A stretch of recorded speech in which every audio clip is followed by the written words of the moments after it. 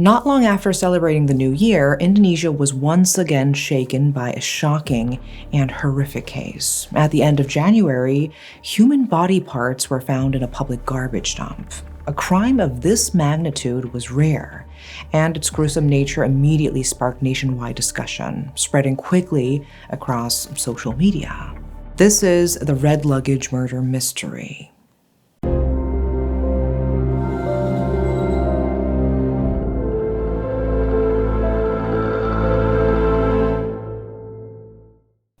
On Thursday, January 23rd, 2025, a villager from Makanan Village, Kendal District, Ngawi Regency, East Java, known only by his initials YA, went to dispose of his household trash as he did every morning.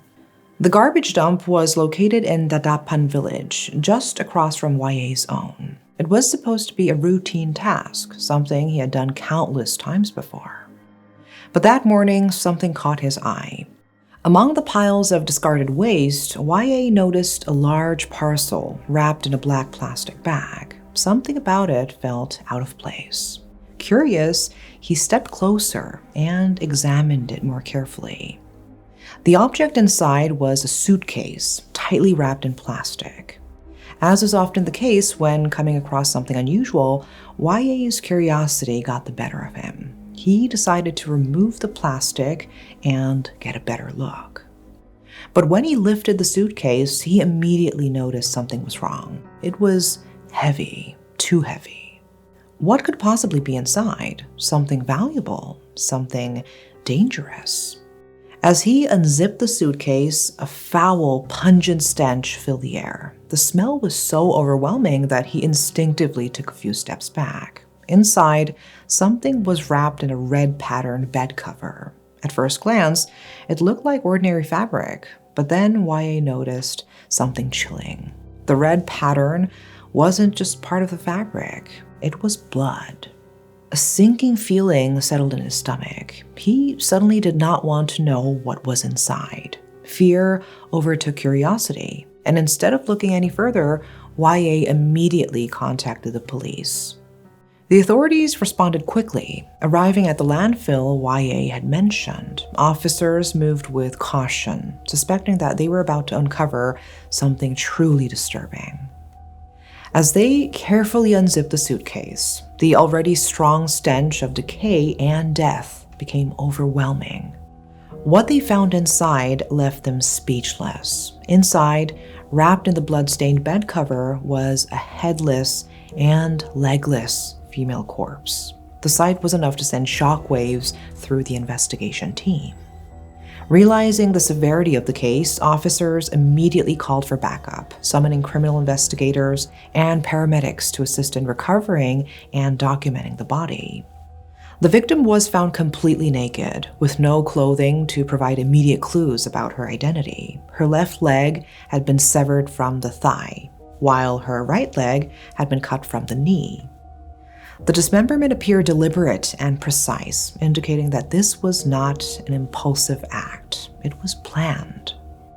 Inside the suitcase, officers also found a white rope, believed to have been used to restrain the victim while she was still alive. This suggested the possibility that she had been tied up, tortured, or held captive before her death.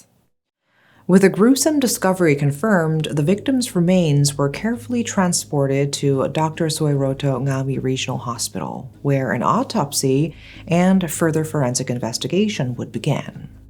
Following the autopsy results, forensic experts determined that the victim was a woman in her late 20s. She had fair skin and a height estimated at 152 centimeters. The examination revealed multiple signs of violence on her body, pointing to a brutal attack before her death. Investigators believe that she was strangled using the same white rope found inside the suitcase, meaning she was likely murdered before her body was dismembered. With no face left for identification, the police had to use mobile automatic multi-biometric technology to scan the victim's fingerprints. The results soon provided a name. The mutilated woman was identified as Uswatun Hassana, a 29-year-old woman from Blitar, East Java. So who was Uswatun Hassana? Born in Blitar, East Java, on April 25, 1995, Uswatu Nasana was known by her family as a good and responsible child. However, her early life was marked by family instability. When she was still young, her parents divorced, each going on to remarry different partners. Because of this, Uswatun grew up not under the care of her parents, but with her grandmother, alongside her younger sibling. There is an old saying that the divorce of parents often shapes a child's own future relationships. Perhaps in some way, this was reflected in Uswatun's turbulent love life as an adult. Uswatun had been married 3 times throughout her life, each time ending in failure. 3 marriages, 3 divorces, and 3 children. To support her 3 children, Uswatun worked as a makeup salesperson in Tulung Agung. It was here that she met a man named Romatri Hartanto, known as Anto, and the two soon fell in love. But there was a problem. Anto was already married. Uswatun knew this. She was fully aware that Anto had a wife and children. And yet, despite knowing, she continued the relationship, becoming his mistress. Blinded by love, she allowed herself to believe his promises. According to her boarding house neighbors, Anto frequently visited her and even stayed overnight, leading them to assume that he was her husband. Their affair was no secret to those around them, even if to the world she was only ever his second woman. But as time passed, Uswatun began to grow tired of being in the shadows. She wanted more. She wanted a future. She often questioned Anto about their relationship, asking where they were headed, demanding answers he could not give. Anto, always clever with words, calmed her doubts. He swore that he no longer loved his wife and that his heart belonged only to Uswatun. And she believed him. She believed him even when deep down she feared the truth. But Anto's words were nothing more than empty promises, the kind that men tell when they want everything without losing anything. Then everything changed. One day, Anto told Uswatun that his wife was pregnant again. The news hit her like a dagger to the heart. She had spent so long believing that she was the one he truly loved, that she was different from the rest. But now, reality had crashed down on her. She was never going to be his future. Furious, she confronted him, and the two began to argue. The fight stretched on for days, neither willing to back down. But eventually, like most fights, things settled down, or at least that's what Uswatun thought. On the night of January 19th, 2025, Anto and Uswatun went out for dinner at a restaurant on Jalan Mayor Bismo, Simampir. She had no idea that this would be her last night alive. Uswatun's final moments were captured on CCTV, a silent witness to the last few hours of her life. The footage showed the couple holding hands as they entered the restaurant lobby, appearing, at least on the surface, like any other couple in love. They sat down, chatting, smiling, enjoying their food and drinks. Nothing in their body language suggested what was to come. For nearly 2 hours, they remained there, lost in conversation, before finally leaving around 10 p.m. and heading toward a hotel in Kediri. By the time they checked in, it was a little past 10 p.m. They took room number 301, the place where everything would change. Based on police investigations, it was inside that hotel room that everything unraveled. Once again, the argument resurfaced. And once again, Uswatun demanded answers. She confronted Anto about his wife's pregnancy, pressing him for the truth about where their relationship was really headed. But this time, the fight escalated to a level it never had before. Enraged, Uswatun lashed out. In her anger, she cursed Anto, saying that the child in his wife's womb would grow up to be a sex worker.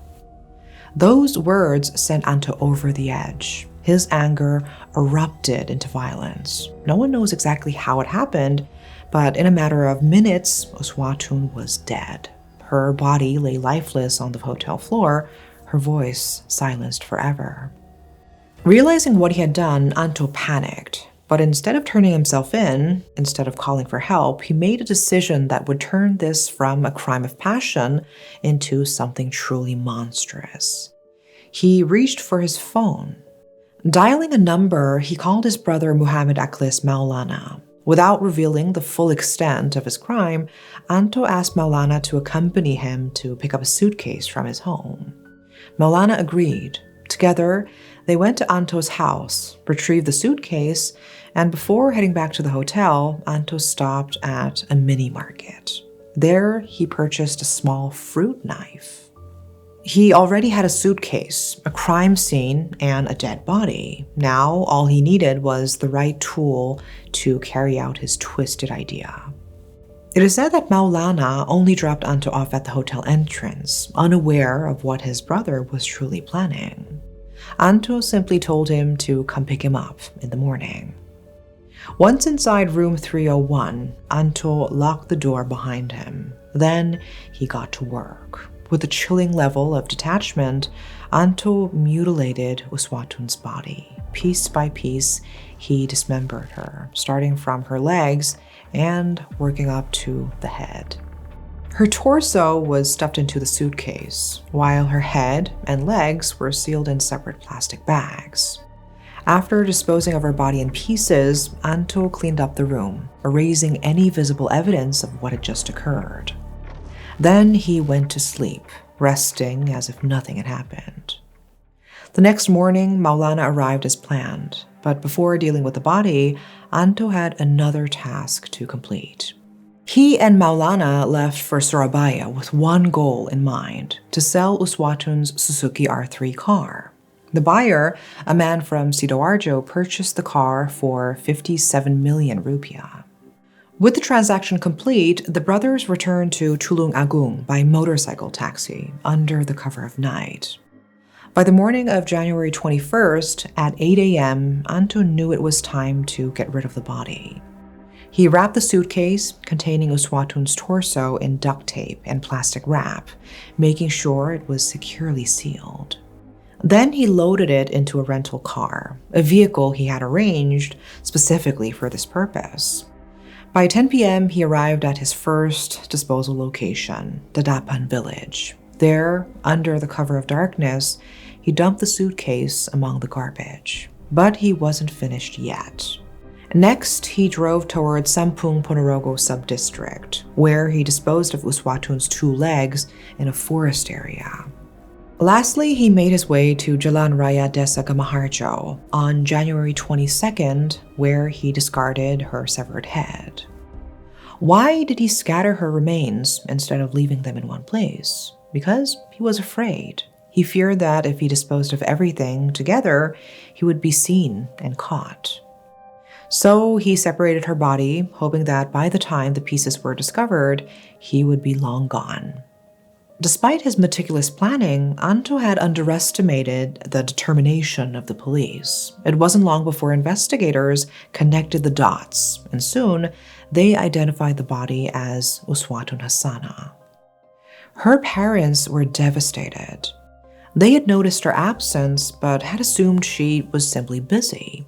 Now they were being told that their beloved daughter was dead, murdered, mutilated, and discarded like garbage. The pain was unimaginable. For them, Uswatun had always been a loving daughter, someone who stayed in touch, visited them often, and never strayed too far. They had no idea about her secret affair with Anto. And they had no idea she had been living a life filled with heartbreak, betrayal, and false promises. To them, everything had seemed fine, until suddenly it wasn't. 3 days after Uswatun's body was discovered, the police finally tracked down and arrested Anto in Madiun, East Java on Sunday, January 26, 2025. Surprisingly, Anto didn't attempt to run. There were no desperate getaways, no final efforts to escape the law. When the police confronted him, he stood there, knowing that there was nowhere left to hide. The officers wasted no time. Right there on the spot, they began a quick interrogation. The weight of everything he had done must have hit him at that moment, because Anto didn't bother to deny it. He simply surrendered. He told them, in his own words, that yes, he was the one who had killed and mutilated Uswatun's body. With his confession, Anto was taken into police custody and officially charged with murder. But that only led to more questions. How could he have done something so monstrous to the woman he had once claimed to love? To understand how someone could commit such a horrific crime, criminologist Yogo Tri Hendiarto from the University of Indonesia weighed in on the case. According to him, cases like this often share common patterns, and a major factor in many of these crimes is a deep-seated sexual element. Mutilation murders are rarely just about getting rid of a body. In many cases, the killer has either had a sexual relationship with the victim or feels some kind of twisted satisfaction from overpowering them completely. There's a psychological drive behind the act. On one hand, it feeds the killer's ego, reinforcing their perceived dominance over the victim. On the other hand, it serves as a practical purpose, making it harder for authorities to identify the body and delaying the investigation. For Anto, the evidence pointed to both motives. He had been deeply involved with Uswatun, tangled in a web of secrecy, lies, and control. And when she finally pushed him too far, he didn't just want her gone. He wanted to erase her. With Anto now in custody, he gave the police crucial information about the locations where he had dumped the remaining pieces of Uswatun's body. Acting quickly, the Trenggalek police mobilized that same day, heading to the locations Anto described. What they found was even more disturbing than they had anticipated. Uswatun's head was located in Slawe village, Trenggalek Regency. It had been wrapped in white plastic and left under a small bridge. The police retrieved it and transported it to the regional public hospital for forensic examination. A few hours later, her severed leg was found in another area in Sampung district. With these findings, all of the pieces of Uswatun's body had finally been accounted for. But another mystery remained. How had Anto managed to cut through bone and flesh so easily with nothing but a small fruit knife? During their search, the police recovered the very knife that Anto claimed to have used in the dismemberment. But something about it didn't add up. The knife was small, almost too small to have done the job. Cutting through human flesh, let alone bone, requires significant force, precision, and often a much larger weapon. And then there was another suspicious detail. Forensic testing revealed that there were no traces of blood on the knife. Not a single stain. The blade was completely clean, as if it had never been used in the gruesome act. This sparked a whole new set of questions. Could a knife that size really have been enough to dismember an entire body? Had Anto used something else and hidden the real weapon? And if he had cleaned the knife, had he used a special chemical to erase all traces of evidence?